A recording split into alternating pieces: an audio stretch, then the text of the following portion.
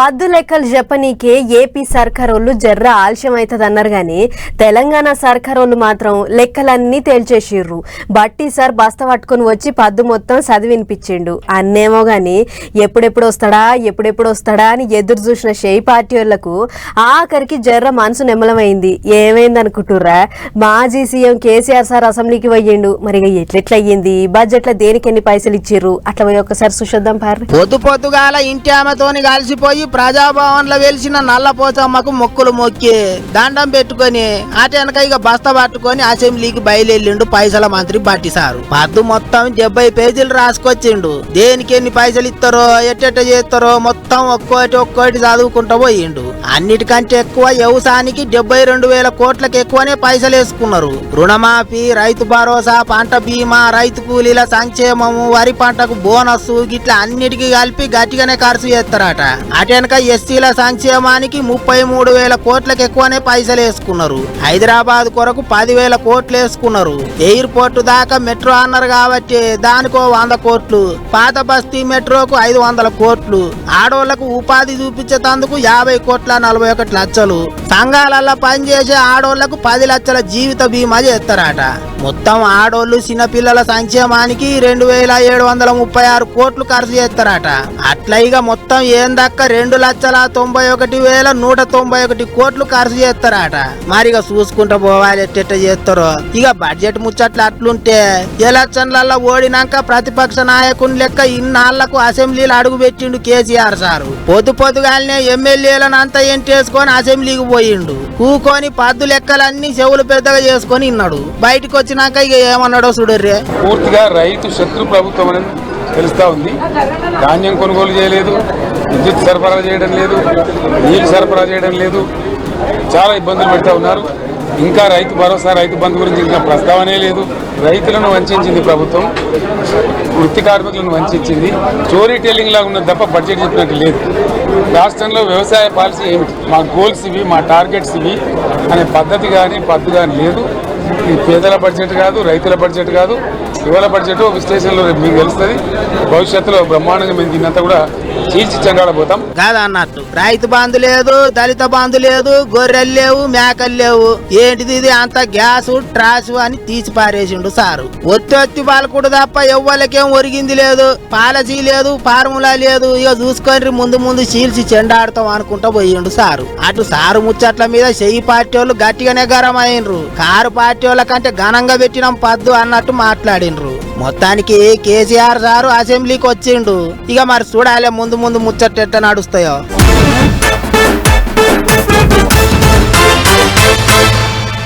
రోజుకో తెల్ల కాగితం విడుదల చేసుకుంటా ఏపీ అసెంబ్లీలో ముచ్చట్లు జోరుగా చెప్తున్నాడు సీఎం సారు. ఎమ్మెల్యేలు, మంత్రులు పోయిన 5 ఏళ్లలో పడ్డ తిప్పలంతా చెప్పుకొని పాత సర్కారోళ్ళ మీద గట్టిగా గరమైతుర్రు. ఒక్కొక్కలది ఒక్కో కథ అన్నట్టు నడుస్తున్నది. ఇక బుధారం మందు లెక్కలన్నీ బయటికి తీసి పాత సర్కారోళ్ళ మీద పొట్టు ఆడిపోసుకున్న సర్కారోళ్ళు గురువారం నాడు శాంతి భద్రతల మీద మాట్లాడిర్రు. ఆ ముచ్చట్లేంటియో ఒకసారి చూసేద్దాం పారు. బుధారం నాడు బూమ్ ముచ్చట్లు నడిస్తే గురువారం నాడు లొల్లులు కొట్లాటల మీద చర్చ పెట్టిండ్రు. పోయిన 5 ఏళ్లలో ఏం నడిచిందో ఎట్టెట్ట నడిచిందో అదంతా ఇక నడవదు. పాత సర్కారోళ్లే కాదు, సొంత పార్టీ వాళ్ళు తప్పు చేసినా చూసి ఊకునేది లేదన్నట్టు ముఖ్యమంత్రి చంద్రబాబు సారు అసెంబ్లీలో మస్తు గట్టిగా చెప్పిండు. శాంతి భద్రతల మీద తెల్ల కాగితం విడుదల చేసేటప్పుడు మాజీ ముఖ్యమంత్రి ఉండింటే మంచిగా ఉండు.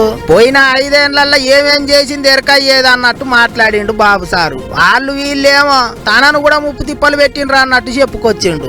అన్నిటికంటే పెద్ద ముచ్చట ఏంటిదంటే ఎమ్మెల్యేలు, మంత్రులు ఎవ్వరు సర్కారును తిప్పల పెట్టే పనులు చేయొద్దన్నాడు సారు.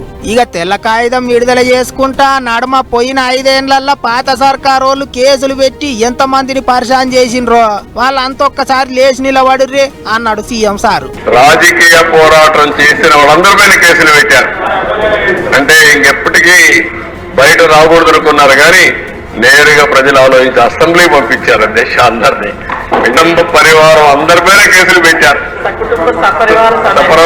అందరి మీద ఒకరిద్దరు కాకుండా అందరిపైన కేసులు.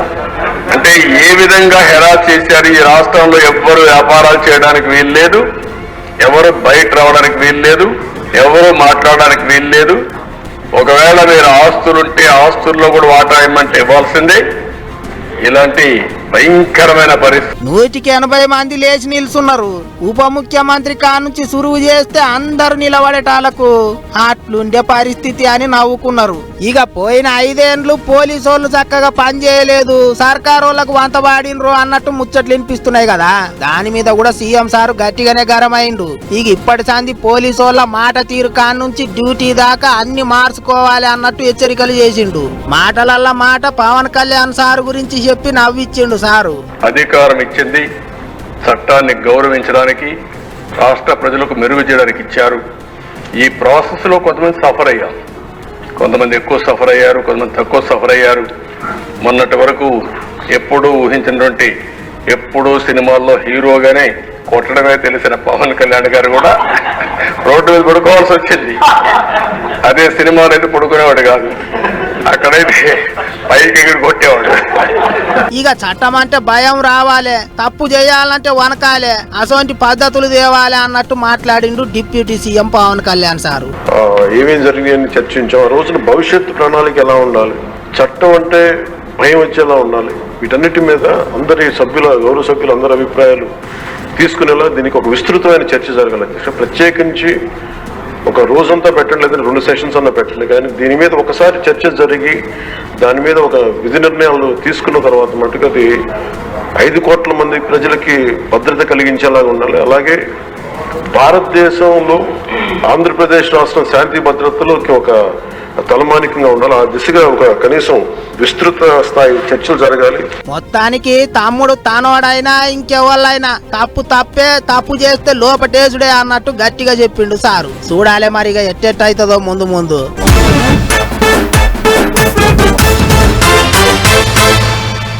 పదహారు మంది ఎంపీలను గెలిపించి పంపిస్తే ఏం తెచ్చిర్రు, ఏం చేసిర్రు, తెలంగాణకు ₹1 కూడా తీసుకురాలేదు అని ఇటు షై పార్టీ వాళ్ళ మీద, అటు పువ్వు పార్టీ వాళ్ళ మీద గట్టిగా గరమైతుర్రు అందరూ. నెరీ కార్ పార్టీ వాళ్ళు అయితే దొరికిందే ఇక సందని పొట్టు సాపిస్తుర్రు.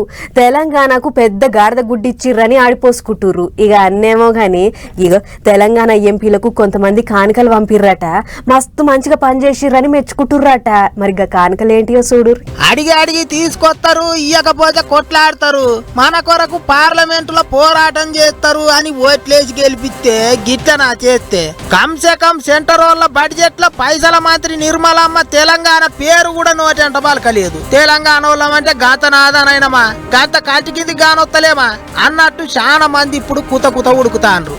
ఎవళ్ళంతకు వాళ్ళు సెంటర్ సర్కార్ వాళ్ళ మీద దుబ్బెత్తిపోస్తున్నారు. అవిస్తారు ఇవిస్తారు అనుకుంటే గాడిద గుడ్డి ఇచ్చిండ్రు అన్నట్టు ఫ్లెక్సీలు కట్టిండ్రు, ఆడిపోసుకున్నారు. ఇక గట్లనే జగిత్యాల జిల్లా ఇబ్రహీంపట్నం మండలం ఎర్దండి అనే ఊర్లే ఓ కారు పార్టీ లీడర్ ఏం చేసిండ అంటే, మన రాష్ట్రంలో ఉన్న అధికార పార్టీ, ప్రతిపక్ష పార్టీ 2 పార్టీలకు 16 మందికి వాళ్ళు నిరసన నిలిపేందుకు గాజులు, చీరే ఇవి వాళ్ళ 16 మందికి పోస్టులో పంపిస్తున్నా. మీరు నెక్స్ట్ పార్లమెంట్ వరకు ఈ పట్టుకొని మూతికి నల్ల బ్యాడ్జి పెట్టుకొని చీర కట్టుకొని గాజు చేసుకొని పోయి నిరసన తెలిపితే దేశవ్యాప్తంగా ఇది ఒక ఇష్యూ అనేది తెలంగాణ రాష్ట్రానికి మరి ఎందుకు ఇట్లా ముండి చేయి చూపిస్తున్నారు కేంద్రం అనేది మన దేశవ్యాప్తంగా అర్థమైపోతుంది. గాదా అన్నట్టు ముచ్చట. 16 మందిని గెలిపించి పార్లమెంటుకు పంపిస్తే ఒక్క మాట మాట్లాడలేదు. అందుకే ఇక చీరలు కట్టుకొని గాజులు వేసుకొని మూతికి నల్లబట్ట కట్టుకొని పోయి 16 మంది ఎంపీలు పార్లమెంటు కాడ నిరసన తెలపాలి అని కోరుతున్నారు. 16 మంది ఎంపీలకు సరిపోను 16 చీరలు, గాజులు, నల్ల మాస్కులు పోస్టులో పంపించిర్రాట. ఇక ఈ వీడియో ఇంటర్నెట్ లో పొట్టు తిరుగుతాంది. ఇప్పుడు పక్క రాష్ట్రానికి అడిగిన అన్ని ఇస్తామన్నారు, రాజధానికి 15,000 కోట్లు ఇచ్చిండ్రు. మంచిదే గాని తెలంగాణ వాళ్ళు ఏం పాపం చేసిండ్రు? పద్దు లెక్కలల్లా తెలంగాణ పేరు ఎప్పుడొస్తుందా అని ఎదురు చూస్తే ఉత్త కథనే అయ్యింది అని కామెంట్లు రాస్తున్నారు. 16 మంది ఎంపీలుండి తెలంగాణకు ఎన్ని పైసలు తీసుకొచ్చిండ్రో చెప్పాలే అన్నట్టు గట్టిగా అడుగుతున్నారు. ఓట్లేసి దాండుగా అయింది అనుకుంటారట ఇంగింత మంది.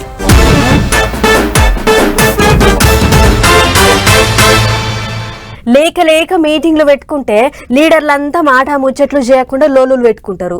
హార్డ్ పూట్ అని చక్కగా బయటికి పోతుంటారు.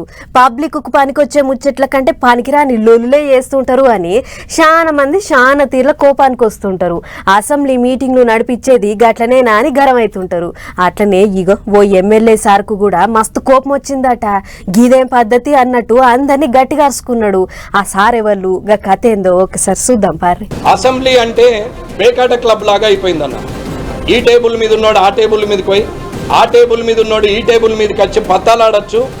ఎక్కడ ఖాళీ సీట్ ఉంటే అక్కడ కూర్చోవచ్చు, ఏ టేబుల్ మీద కూర్చుంటే ఆ టేబుల్ మీద ఆట ఆడచ్చు అనే ఆలోచన ఈ అసెంబ్లీలో తయారైపోయింది. మా నోటేంట మేము అనొద్దు గాని ఎమ్మెల్యే సార్ మాత్రం అసెంబ్లీని పట్టుకొని పెద్ద మాటనే అన్నాడు. ఎవరన్నా వేరేళ్ళంటే గట్ల అనొద్దు అనాల్సిన ఎమ్మెల్యేనే గిట్ల రిటర్న్ లో అసెంబ్లీ అట్లా అయింది ఇట్లా అయింది అని ఆడిపోసుకున్నాడు. సార్ ఎవరో తెలుసు కదా, కామారెడ్డిలో పోటీ చేసి అటు పాత సీఎంను ఇటు కొత్త సీఎంను ఎలక్షన్లలో ఓడగొట్టి ఎమ్మెల్యే అయిన వెంకటరమణారెడ్డి సారు. మరిగా సారుకు అసెంబ్లీ మీద గంతగానం కోపం ఏంటికొచ్చిందయ్యా అని అంటే, అన్న 2,75,000 జీతం తీసుకున్నటువంటి వ్యక్తి అసెంబ్లీకి రావడమే మానేసి సగం మంది వస్తారు. వచ్చిన సగం మందిలో 2 నాయకులు మాట్లాడితే 60 మంది జపం చేస్తారు, అల్లరి చేస్తారు. ఇటు పక్కన 2 మాట్లాడితే 20 మంది అల్లరి చేస్తారు. వాళ్ళు మాట్లాడితే వీళ్ళు అరవడం, వీళ్ళు మాట్లాడితే వాళ్ళు అరవడం తప్ప పెద్దగా ప్రజలకు ఒరిగినటువంటి ప్రయోజనం ఏమీ లేదు. ఈ థర్డ్ సెషన్ లో కూడా గట్ల అవుతున్నదాట. లొల్లి తప్ప పబ్లిక్ కు ఏం ఒరుగుతలేదు అన్నట్టు మాట్లాడిండు. అంతేకాదు అసెంబ్లీకి రానటువంటి ఎమ్మెల్యేలు ఎవరన్నా ఉంటే ఆ జీతాలు దయచేసి వాపస్ ఇచ్చేయండి, లేదా నేను నా వారం రోజులు అసెంబ్లీలో సమావేశాలు ఉన్నాయి అనుకున్నప్పుడు వారంకు వారం మీరు వస్తే 2,75,000 ఉంచుకోండి. సారు ముచ్చట్లింటే తత్తిమ ఎమ్మెల్యేలంతా గురికాయించి చూసినట్టున్నారు. మరిగా అట్లున్నాయి సారు ముచ్చట్లు. ఉన్నది ఉన్నట్టు మాట్లాడిండు అనుకుంటారు ఇప్పుడు అందరు. మంది చూడంగా అసెంబ్లీలో తిట్టుకుంటారు, కొట్టుకున్నట్టు చేస్తారు. బయటికి వచ్చినాక అందరూ గలే మిలాయించి తిరుగుతారు. మా వాళ్ళు అట్లా చేస్తారు అని మైకుల ముంగట ఎమ్మెల్యేల గురించి ఓ ఎమ్మెల్యే చెప్పిన ముచ్చట్లు గివి.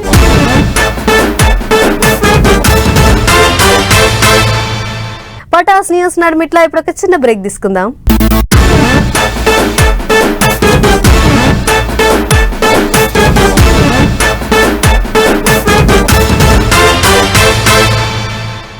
ఎంపిక చేసిన కాశ్మీరీ మిర్చితో చేసిన కారం తక్కువ, ఎరుపు ఎక్కువ, రుచులు ఎంతో మక్కువ. ఒక రాజ్యంలో ఒక సుందరమైన రాజకుమారి ఉండేది. మీ మమ్మీ లాగానే ఒకరోజు మమ్మీ రాజకుమారికి ఒక నిధి దొరికింది.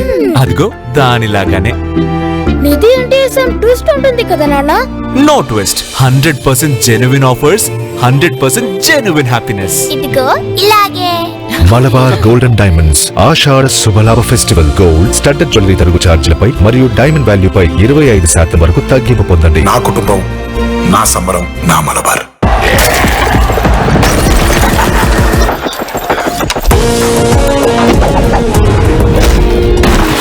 ఆస్ట్రల్ పైపు లీక్ అయ్యేదిలే, నీళ్ళాగేదిలే. ఆస్ట్రల్ పైప్స్ స్ట్రాంగ్ కాదు, ఆస్ట్రల్ స్ట్రాంగ్. నిర్మా శుద్ధమైన ఉప్పు ఎక్కడ నుంచో కొని రిఫైన్ చేయబడిన ఉప్పు కాదు. నీటి నుంచి ప్యాక్ దాకా నిర్మా వారి 30,000 ఎకరాల ప్లాంట్ లో ఆధునిక వాక్యూమ్ ఎవాపరేషన్ విధానంలో ఇది ప్రయాణిస్తుంది. అందుకే దీనిలో అపరిశుభ్రతకి నో ఛాన్స్. రాక్షసుడా వస్తాడు, దహనం చేస్తాడు.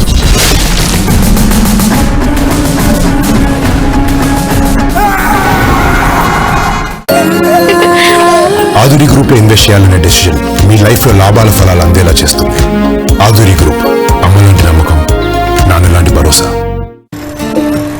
ఏంటి సార్, ఏం ఆలోచిస్తున్నారు? సిమెంట్ టాప్ క్వాలిటీదేగా. నాతో రండి సార్. ఇదిగో ఇటువంటి మెట్రో స్టేషన్లు కూడా మహాతోనేనా సార్? పెద్ద పెద్ద ఎయిర్పోర్ట్లు కూడా మహాతోనేనా? అవును సార్, పదండి మీకు ఇంకా చూపిస్తాను. వద్దు, అర్థమైంది. దేశం ఏ సిమెంట్ తో నిర్మించబడుతుందో అదే సిమెంట్ తో మన ఇల్లు నిర్మించుకోవాలి. ఇది నిజం. మహా సిమెంట్, మహా ప్రతిష్ట, మహా పనితనం. మీరు కూడా గోల్డ్ విన్నర్ ట్రై చేయండి. ఒకవేళ మీరు ఉపయోగించే నూనె గోల్డ్ విన్నర్ కన్నా క్వాలిటీ అయిందని నిరూపిస్తే మీరు చెల్లించిన డబ్బును 2 రివార్డుగా తిరిగి పొందండి, ఎటువంటి ప్రశ్నలు లేకుండా. హాయ్ ఫ్రెండ్స్, డాడీ విసిలేసి ఎవరిని పిలుస్తున్నావు? మన సిరుల సీమ 1 లో కాబోయే కుటుంబ సభ్యులమ్మా. ఏమండోయ్, ఇక్కడ ఇన్వెస్ట్ చేసిన వాళ్ళంతా లాభపడ్డారు. బెంగళూరు హైవేకి త్రిబులార్కి దగ్గరగా షాద్నగర్ వైపున్న సిరుల సీమ 1. ఇక్కడ ఇప్పుడు ఇన్వెస్ట్ చేసే అవకాశం మీకు కూడా వచ్చింది. ఒక్కసారి ఫ్యామిలీతో విజిట్ చేసి మంచి నిర్ణయం తీసుకోండి. స్వర్గసీమ వారి సిరుల సీమ 1. ఐశ్వర్యం కోసం అందరూ పూజలు చేసే ఈ తరుణంలో మీ లలిత వారి శ్రావణం ప్రత్యేక ఆఫర్. అన్ని బంగార నగలపై తరుగులో 1% తక్కువండి. డైమండ్ జ్యువెలరీకి క్యారెట్ కు 5,000 తక్కువండి. ఇది మీ లలిత జ్యువెలరీ వారి ఆఫర్. ఈ ఆఫర్ ను ఇతర షోరూంల ఆఫర్లతో పోల్చి చూడండి. నగలు అలాగే కొనాలండి. డబ్బును ఎంత కష్టపడి సంపాదిస్తున్నారో నాకు బాగా తెలుసండి. గుర్తుపెట్టుకోండి, డబ్బులు ఎవరికి ఊరికే రావు. అసలు ఎవడరా నువ్వు? అడ్రస్ పెట్టు, అడ్రస్ పెట్టు, అడ్రస్ పెట్టు. ఆధారమే లేనోడికి ఆధార్ కార్డు ఎక్కడ ఉంటుందయ్యా? మీరు తాకట్టు పెట్టిన బంగారాన్ని విడిపించి ఈ రోజున్న మార్కెట్ రేట్ కన్నా ఎక్కువ చెల్లిస్తారు మన బెనకా గోల్డ్ కంపెనీ వాళ్ళు. Benaka gold company, the value you and your valuables.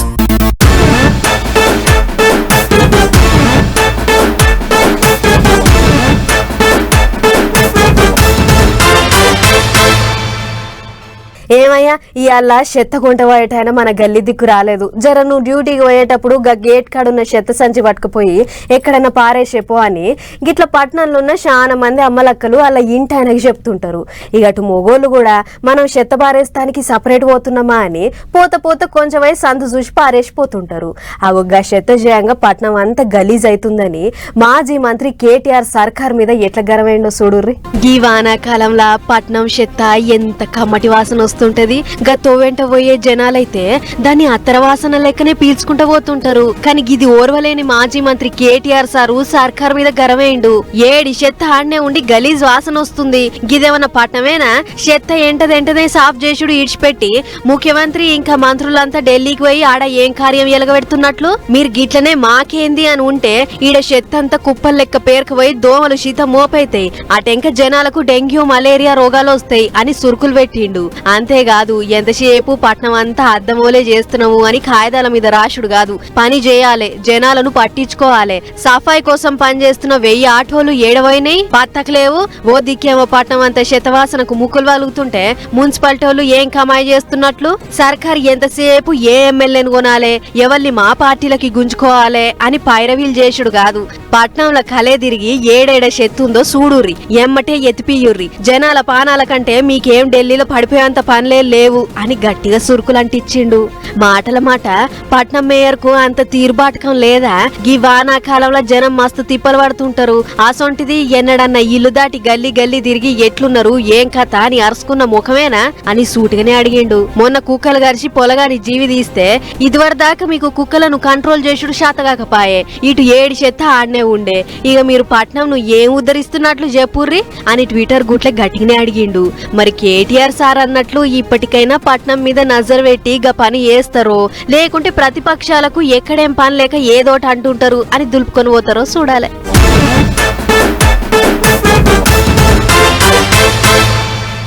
ఏ వస్తువైనా దాని ధర అగ్గున్నప్పుడే కొని పక్కకు పెట్టుకోవాలి.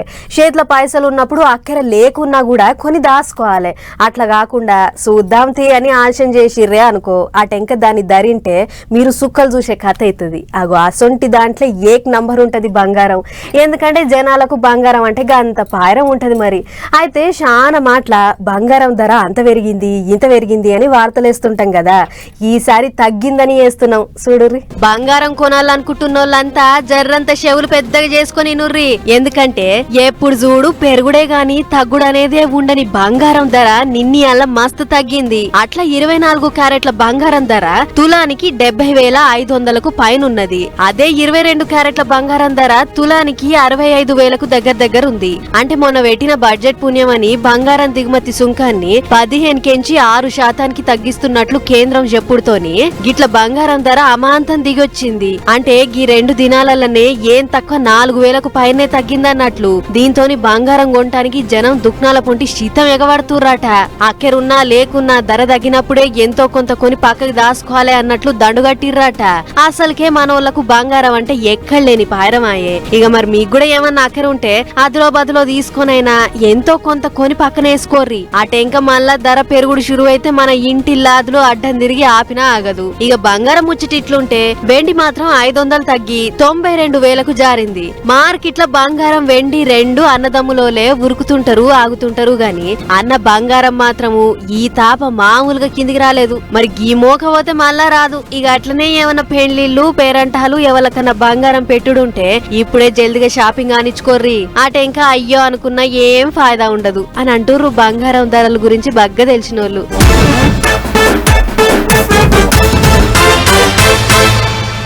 మీరు ఇదివరకు దాకా ఎన్నో రకాల దొంగతనాలను దొంగలను చూసుంటారు. అందులో కొందరు బంగారము వెండి సొమ్ములు ఎత్తుకుపోయేటోళ్ళు ఉంటే కొందరు కార్లు బైకులు టీవీలు ఎత్తుకుపోయేటోళ్ళు ఉంటారు. ఇంకొందరైతే ఇక ఏకంగా ఏటీఎం మిషన్నే పోతం పెడుతుంటారు. కానీ రంగారెడ్డి జిల్లా మహేశ్వరం కాడైన ఈ దొంగతనాన్ని దొంగను మాత్రం సినిమాల్లో తప్ప బయట మాత్రం నిజంగా చూసిండరు. మరి అసొంటి దొంగ మన పటాస్ వార్తలకు వచ్చిండు. ఇంతకు ఏం చేసిండు ఆలస్యం చేయకుండా మనం కూడా చూద్దాం పార్రి. కర్రె పాయింట్ వేసుకొని సలి పెట్టకుండా గరం కొట్టేసుకుండు. ఎవ్వరు ఏర్పాటు చేయకుండా ముఖానికి తువ్వాల చుట్టుకుండు. పోలీసులకు దొరకకుండా ఉండేందుకు చేతులకు గ్లౌజులు తొడిగిండు. ఇక ఎప్పటి నుంచో గిడ దొంగతనం చెయ్యాలి అనుకున్న జాగలకు ముహూర్తం పెట్టుకొని రానే వచ్చిండు. వచ్చి సీదా సాయిబాన్లకు పోయిండు. ఇవాళ రేపట్ల జనం బగ్గ సోయికొచ్చిండ్రు. బీరువాల రూపాయి బిల్లగిన పెడతలేరు. ఏదన్నుంటే పోపు డబ్బాలా లేకుంటే అప్పాల డబ్బా సొంటి స్టీల్ గిన్నెల పెడుతుండ్రు అనుకొని అన్నిటి మూతలు తీసి చూసిండు. ఏ డబ్బా పట్టుకున్నా ఉప్పు పప్పులు తప్ప చారణ బిల్ల దొరికితోట్టు. దీంతో దొంగతనం చేసుడంటే ఎంత కష్టమయ్యా ఓనరు. ఇంట్లో మా సొంటి చుట్టాల కోసం రూపాయి బిల్లు ఉంచవా? నువ్వేం మనిషివయ్యా? వచ్చి గింత సేపు అయింది మూతలు తీసి రెక్కలు గుంజి పాడైనాయి. నీ ఇల్లు సాలగుండా యాడ చారణ బిల్ల దొరికి పాడు కాదాయే. గింత రిస్క్ చేసొస్తే ఉల్టా కెమెరాలు పెడితివి. నన్ను పోలీసులకు పట్టియాలని చూస్తివి. నీ అసొంటోని ఇంటికి ఊకే నన్ను వస్తుంది. మళ్ళా ఈ టెంకలు వస్తే నీ చెప్పుతోని కొట్టు అన్నట్టు అదేదో సినిమాల బ్రహ్మానందం లెక్క బుడ్డ కెమెరాకు తన గోసంతా చెప్పుకుండు. ఇక దోలాడి దూపైనట్టుంది.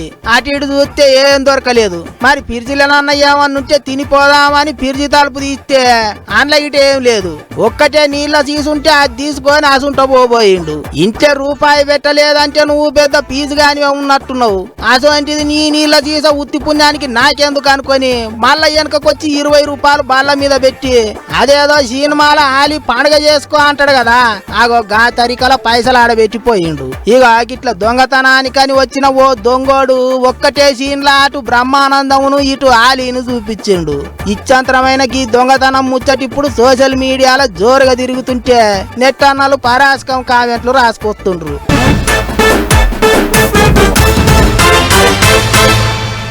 చలో మరి ఇవ్వనమాట పటాస్ న్యూస్ ముచ్చట్లు ఇంకో ఎపిసోడ్ మళ్ళీ కలుసుకుందాం. నమస్తే.